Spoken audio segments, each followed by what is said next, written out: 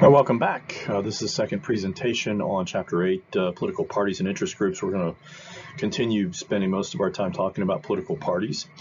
Party identification is an important kind of cue for voters. Party identification is kind of like wearing blue or red tinted glasses. Of course, these days, blue denotes Democrats, red denotes Republicans. It didn't used to be that way. The blue or red designation went to the incumbent versus the challenger party, but after 2000, it's pretty much been, we've polarized our colors. Most Republicans vote for Republican candidates, and most Democratic voters support Democratic candidates. Really, the big question is turnout. There are both emotional and rational, and to some extent extra rational components to voter identification. A lot of people vote for either party because their parents voted for them, for either Democrats or Republicans. There is a rising number of independent voters, people who register as independents. But frankly, independent voters are a bit of a myth. Frankly, depending on what part of the country you're in, independent voters pretty much 70% plus of the time will support one party or the other. In Massachusetts, independent voters overwhelmingly vote Democratic. In Oklahoma, independent voters vote overwhelmingly for Republicans. So strong party identifiers are also more likely to become party activists. They're more likely to volunteer for campaigns. They're more likely to donate, even in small donations, even in small denominations. They're more likely to, again, just be engaged in ways that less connected voters simply do not. It doesn't occur to them. So who are Republicans and Democrats? Among the Democrats, ideological liberals, organized labor, the poor, the working class, although that is changing, middle class professionals, the college educated, non-white racial and ethnic groups, the young, the non-religious, and civilian government workers. Among Republicans, it's ideological conservatives. Again, when you talk about ideological liberals and conservatives, you're saying people who self-identify as, I am a conservative of a particular stripe. I am a liberal of a particular stripe.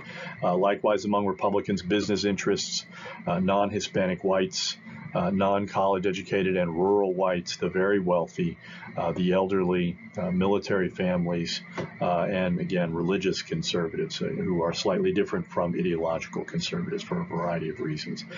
Increasingly, the suburbs have been the places where elections have been most tightly contested. Certainly in 2018, 2020, and 2022, that was the case. That will likely be the case again in 2024. And again, the group that both parties are most intent on focusing on are college-educated suburban women. That seems to be a very important group that both parties think they can get to. Race and ethnicity is an important factor. You've got the rapid racial and ethnic diversification of the United States is a source of increasingly intense partisan division. Republicans want to basically stop the diversity train. They basically want us to stop allowing so many folks in that do not reflect what they think are traditional American racial and religious values.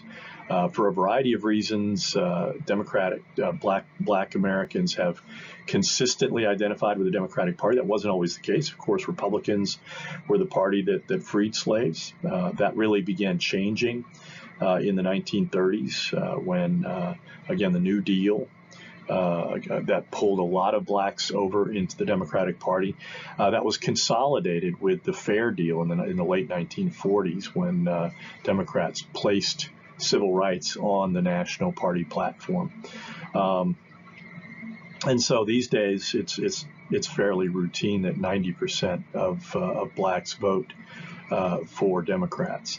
Now there is evidence that blacks are, that black conservatives, and there are black conservatives out there, are increasingly voting for Republicans, where previously, even with even in the past, even if a black person identified as conservative, they still voted for Democrats because of that idea of linked fate, which we've talked about elsewhere. Non-Hispanic, non-college educated, evangelical, rural whites are the most loyal members of the Republican coalition, and those are the folks that are the most MAGA, the most likely to strongly identify with Donald Trump.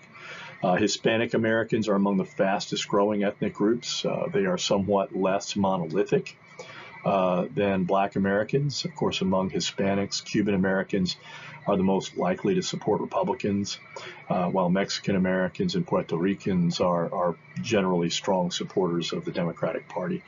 Venezuelans who have been coming in greater numbers have tended to vote Republican, largely because they're going into places like Florida and Texas, where again the status quo tends to be more conservatively oriented. Asian Americans are similarly diverse, but have been trending in a more democratic direction in recent years. 63% of Asian Americans supported Biden in 2020. Among Asian Americans, certain groups are more Democratic leaning, Indian Americans, and again, they used to be more Republican. Other Asian groups, like the Vietnamese, tend to be more Republican leaning, and again, that reflects the sense in which many Vietnamese live along the Gulf Coast in states where, again, the status quo is more Republican oriented. And a lot of times, immigrant groups feel that strong sense of I want to go along, I want to get along. And so they support the dominant party.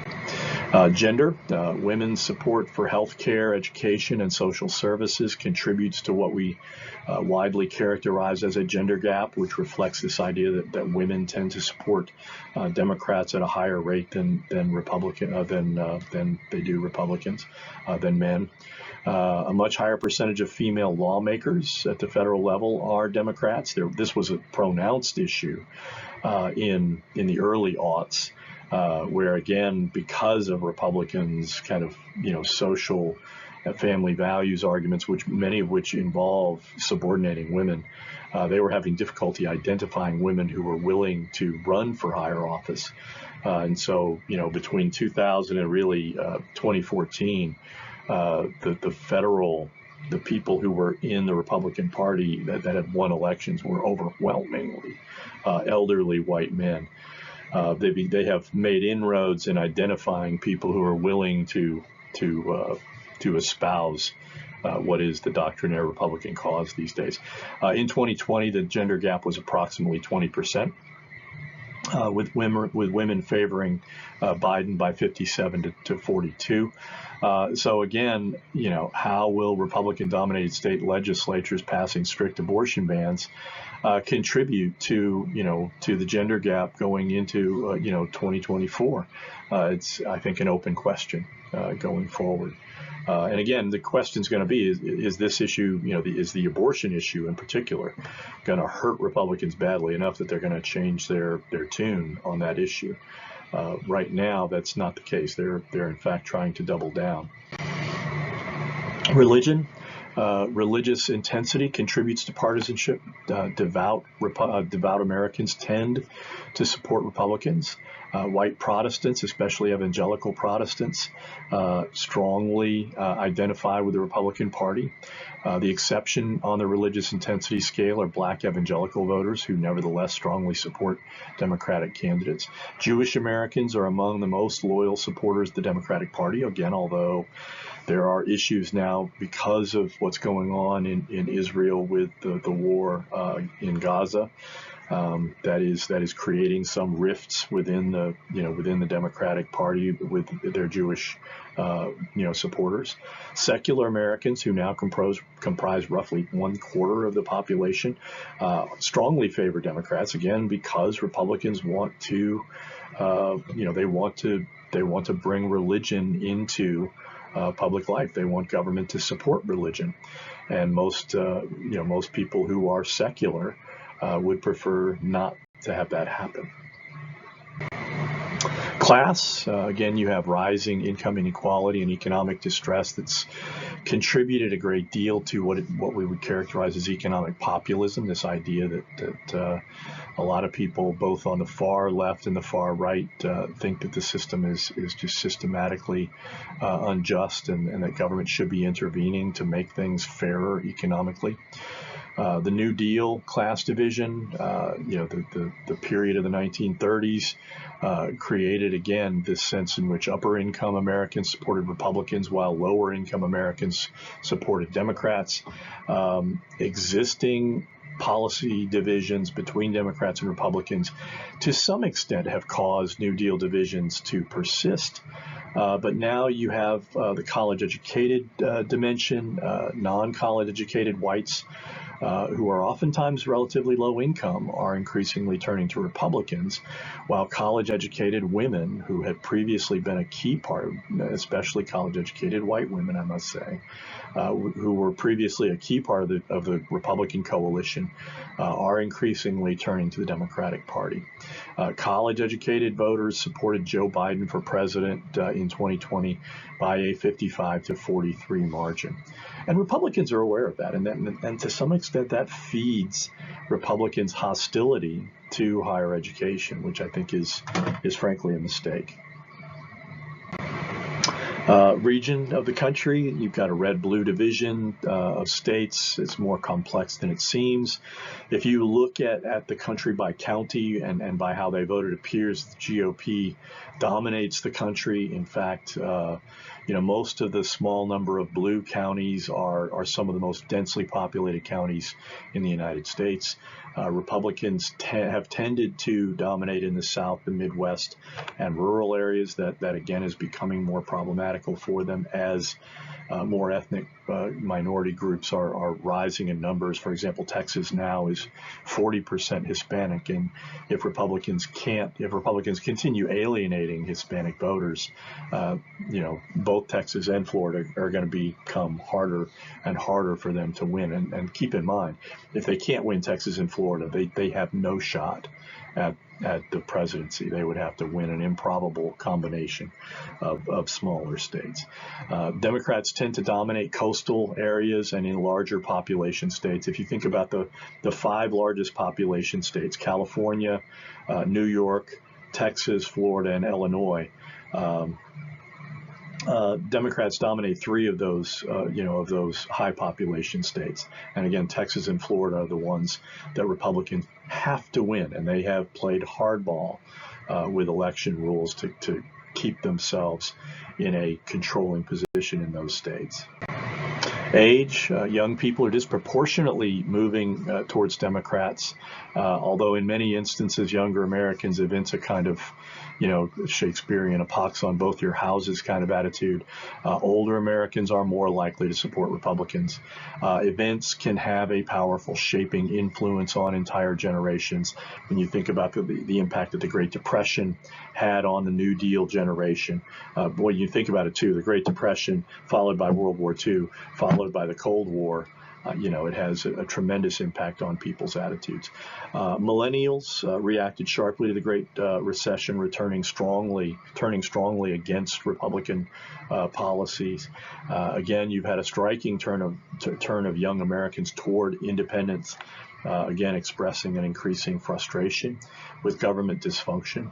As a group, young voters have distinct policy preferences that often overlap with the Democratic Party, including tolerance and indeed support for LGBTQ plus rights, the legalization of marijuana, environmental protection, and greater economic equality. That oftentimes, again, they are supportive of higher taxes in the service of those things.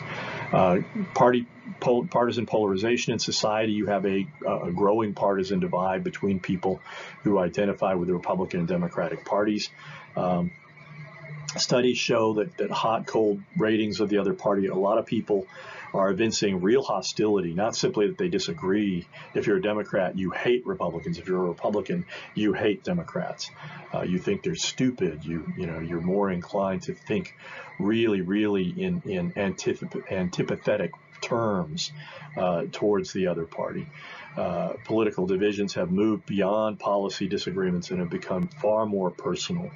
And the problem is that partisan polarization really obscures the fact that on many basic issues, significant majorities of Americans want to expand national health care, rebuild the nation's economy, and they favor raising taxes on millionaires and billionaires to address growing economic inequality. But the problem is polarization says, well, if they're for it, I am against it. And that creates a real problem. So who participates? Turnout in the 2020 primaries. Again, the pronounced thing about primary elections is that low percentages of people turn out. If you look, Oklahoma is one of those ones where you had less than 30% of the people show up. There are very few, elections that you're going to see where upwards of even half of voters are participating.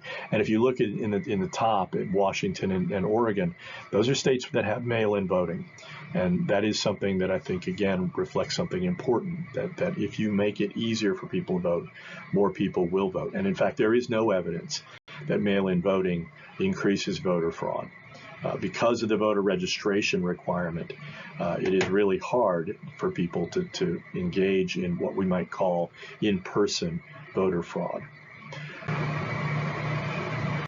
Okay, last slide. Again, if you look at at this slide, it's really important. Caucuses, even lower percentages of people turn out for caucuses. Again, because people have to have the time, they have, to sit around for an entire evening, moving around from group to group. It is more deliberative, yes, but again, it is highly elitist. Only the party regulars tend to turn out, and they're highly prone to being dominated by, the county, party officials. And so again, that simply reflects some of the problems associated with party selection of candidates. So that's it for this slide. When we come back, we will continue with our discussion of political parties and interest groups. See you next time.